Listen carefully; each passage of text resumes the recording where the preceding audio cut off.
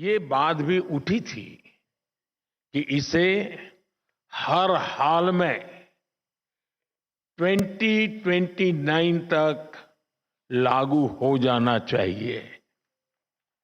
ये बात सबने कही थी।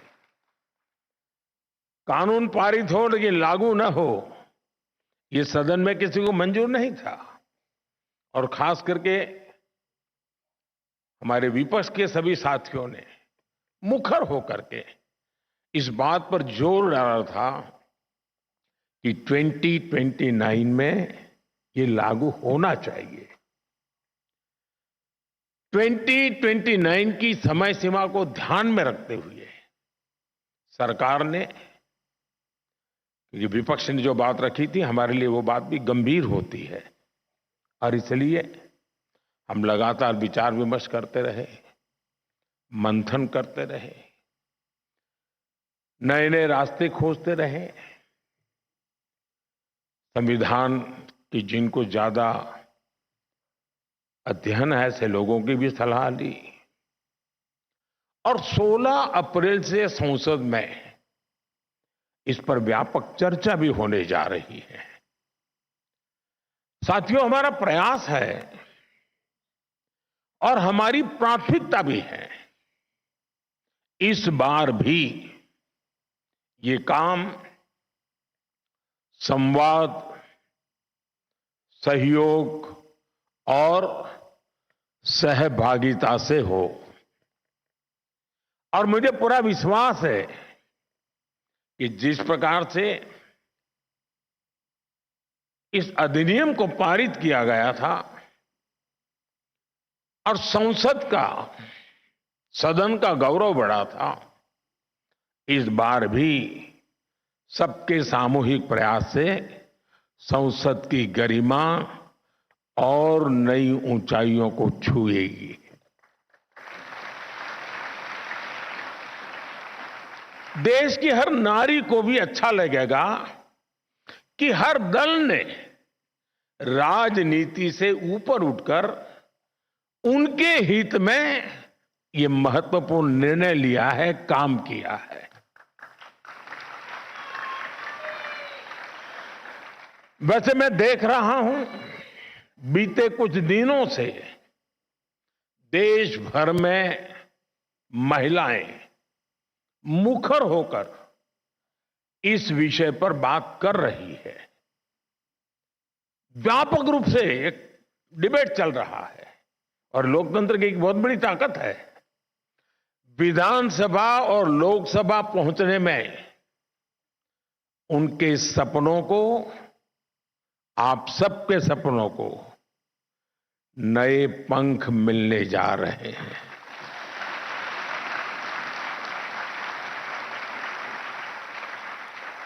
मैं अनुभव कर रहा हूं देश में एक सकारात्मक माहौल बना है। साथियों, आजादी की लड़ाई से लेकर संविधान सभा के निर्णयों तक स्वतंत्र भारत की नींव रखने में भारत की नारी शक्ति ने असीमित योगदान दिया है। इतिहास गवाह है।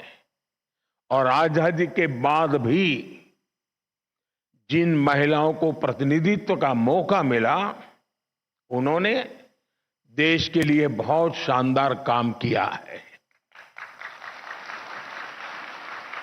हमारे देश में राष्ट्रपति से लेकर प्रधानमंत्री तक महिलाएं जहां भी रही हैं, उन्होंने अपनी अलग लेगेसी बनाई है। इस समय भी हमारे देश में राष्ट्रपति जी से लेकर वित्त मंत्री तक ऐसे अहम पद महिलाएं ही संभाल रही है। उन्होंने देश की गरिमा और गौरव दोनों को बढ़ाया है। साथियों, हमारे देश में महिला नेतृत्व का एक बेहतरीन उदाहरण पंचायती राज संस्थाएं भी हैं। आज भारत में 14 लाख से अधिक महिलाएं लोकल गवर्नमेंट बॉडीज में सफलतापूर्वक काम कर रही है।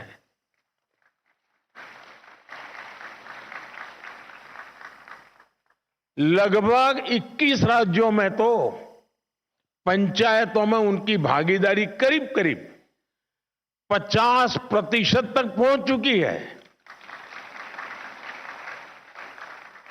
और मैं जब विदेश के मेहमानों से कभी इस विषय पे बात करता हूं, ये आंकड़ा सुनते उनका मुंह खुला रह जाता है,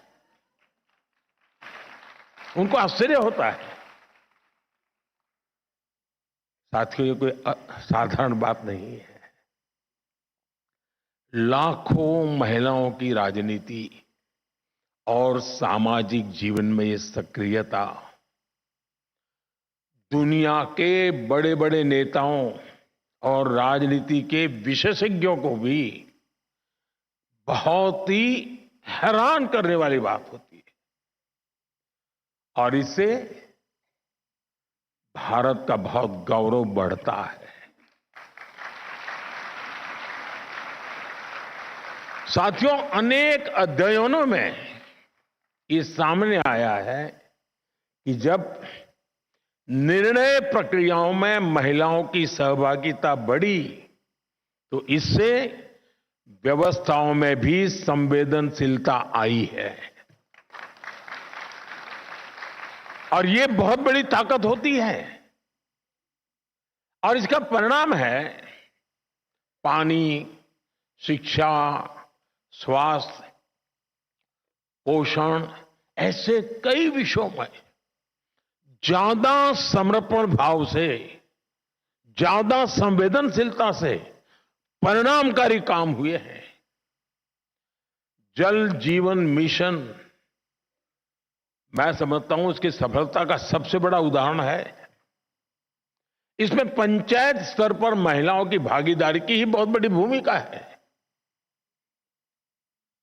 साथियों, हमारे लोकल बॉडीज और संस्थानों में इतने वर्षों से जो लाखों महिलाएं काम कर रही है, नेतृत्व कर रही है, उनके पास ग्रासरूट लेवल का बहुत समृद्ध और लंबा अनुभव है। वो अब और बड़ी भूमिका के लिए तैयार है और तत्पर भी है। मैं मेरा अपना निजी अनुभव बताता हूं। ये सामर्थ्य क्या होता है। मैं 2001 में नया नया मुख्यमंत्री बना। मुझे कोई ज्यादा अनुभव नहीं था सरकार चलाने का, शासन व्यवस्था का। एक प्रकार से मैं नया व्यक्ति था। शायद 2002 या 2003 की घटना होगी। हमारे एक विधायक मेरे पास आए, बोले मेरे क्षेत्र में एक गांव की पंचायती की बहनें आपको मिलना चाहती हैं। ये खेड़ा डिस्ट्रिक्ट, आणंद डिस्ट्रिक्ट का इलाका था जहां सरदार साहब का जन्म हुआ था। तो मैंने कहा भाई उनको पंचायत का कोई काम होगा तो पंचायत मंत्री को मिला लीजिए उनको। नहीं, बोले साहब वो आपसे मिलना चाहते हैं। मैं कहा क्यों? तो बोले पंचायत में सबकी सब मेंबर महिलाएं हैं, एक भी पुरुष मेंबर ही नहीं है हमारी पंचायत में। मैंने कहा ऐसे कैसे? बोले गांव वालों ने तय किया कि इस बार प्रधान महिला है तो मेंबर भी सब महिला, कोई पुरुष चुनाव ही नहीं लड़ा था। तो मेरा ध्यान स्वाभाविक गया। मैंने कहा भाई जरूर मैं मिलूंगा। छोटा सा गांव था, कोई शायद 13 मेंबर की पंचायत थी। तो मैंने उनको समय दिया, वो सब आए मिलने के लिए। वो 13 बहनें थी, उसमें जो गांव की प्रधान बनी थी वो शायद 8वीं कक्षा तक पढ़ी थी। बाकी जो बहनें थी, एक दो बहनों तो घूंघट भी लगा हुआ था, वो ज्यादा शायद कुछ तो होगी जिन्होंने स्कूल भी नहीं देखा होगा। तो सब आए, मुझे लगता है ये सब बड़े बड़े लोगों ने उनको कोई मेमोरेंडम पकड़ा दिया होगा, कुछ मांग लेकर के आए होंगे कि मेरे गांव में ये करो, मेरे गांव में वो करो। मैं हैरान था, उनके हाथ में कोई कागज नहीं था। तो बैठे, मैंने परिचय किया, तो पूछा आपने समय मांगा था, क्या काम है? नहीं बोले कोई काम नहीं है। ऐसे ही बोले हम चुनकर आए हैं तो मिलने आए थे। अब ये भी मेरे लिए बड़ा आश्चर्य था, वरना नेता लोग आते हैं तो सिर्फ मेमोरेंडम लेके आते हैं। फिर मैंने उनको पूछा, अच्छा बताइए, मैंने कहा कि आपको अगर 5 साल इतना बड़ा काम मिल गया, आप सब बहनें गांव को संभालने वाली हैं, तो आपका सपना क्या है? 5 साल में क्या करोगे आप लोग? गांव में कैसा करोगे? सामान्य होता तो क्या जवाब देता? ये जो हम जैसे बड़े बड़े दिखते हैं ना, वो क्या जवाब देते हैं? स्कूल बना लेंगे, अस्पताल बना देंगे, रोड बना देंगे, ऐसे ही जवाब देते। उस दिन 8वीं कक्षा पढ़ी हुई इस प्रधान ने और उसके साथ आई हुई महिला मेंबर्स ने मुझे जो जवाब दिया, वो शायद दुनिया का बड़े से बड़ा अर्थशास्त्री नहीं दे सकता है।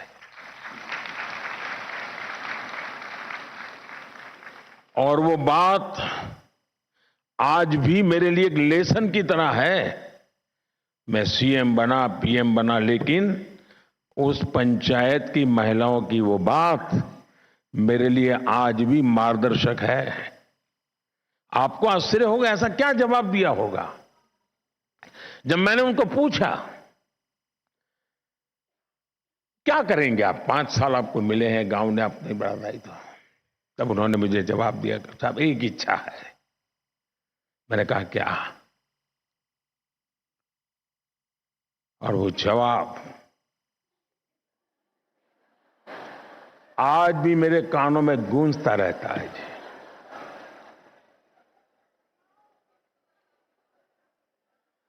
उन्होंने कहा हमारी इच्छा है कि हमारे गांव में कोई गरीब न रहे।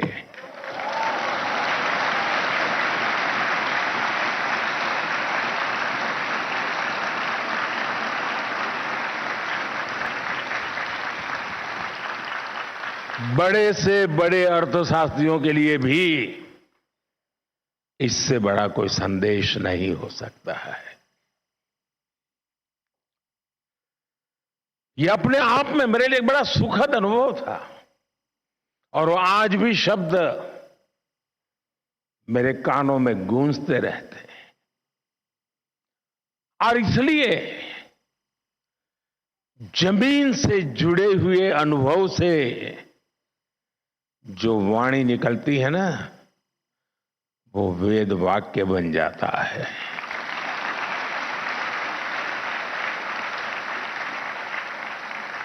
और इसीलिए साथियों, ഡൽഹിയിൽ നടക്കുന്ന നാരിശക്തി വന്ദൻ സമ്മേളനത്തിൽ പ്രധാനമന്ത്രി നരേന്ദ്രമോദി സംസാരിക്കുകയായിരുന്നു. ഇന്ത്യ പുതിയ ഇതിഹാസം രചിക്കാൻ പോകുകയാണെന്നും മോദി പറഞ്ഞു. നാരീശക്തിക്ക് വേണ്ടി ഈ തീരുമാനം സമർപ്പിക്കുന്നുവെന്നും 21ാം നൂറ്റാണ്ടിലെ പ്രധാനപ്പെട്ട തീരുമാനമാണ് ഇതെന്നും അദ്ദേഹം പറഞ്ഞു. വനിതാ പ്രാതിനിധ്യം ജനാധിപത്യത്തിന് കരുത്ത് നൽകുമെന്നും ഈ തീരുമാനം ഇന്ത്യയെ മാറ്റിമറിക്കുമെന്നതടക്കമുള്ള കാര്യങ്ങളാണ് മോദി പറഞ്ഞത്.